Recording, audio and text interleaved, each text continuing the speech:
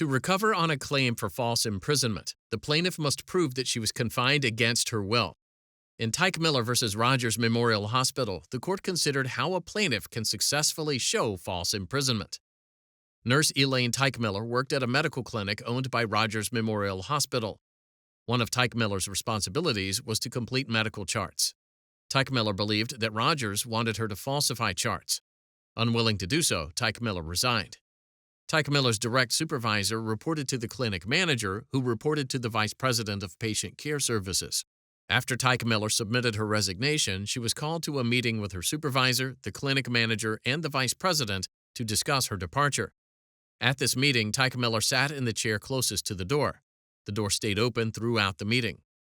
One of the supervisors gave Teichmiller a memorandum detailing the specific documentation requirements she had to complete before leaving. Teichmiller refused to sign the memo and said she'd consulted a lawyer. At that, the clinic manager and the vice president got very excited and started shouting at Teichmiller. When Teichmiller said she wanted to make a copy of the memo, the manager and the vice president left their chairs and stood on either side of Teichmiller. The manager stood to Teichmiller's right and blocked the door.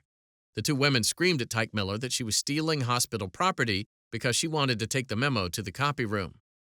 Teichmiller felt trapped because the manager and the vice president were on either side of her, the desk was in front of her, and her chair was behind her. The manager continued to block the door. After 3 or 4 minutes, on Teichmiller's third attempt to move to the right, the manager moved aside and let Teichmiller go. Teichmiller never asked to leave, and no one told her she couldn't.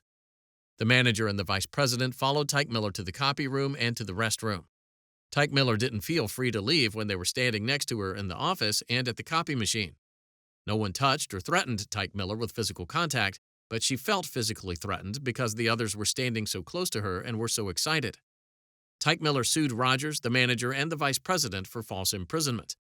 Rogers and the other defendants moved for summary judgment. The trial court granted the motion. Teichmiller appealed to the Wisconsin Court of Appeals.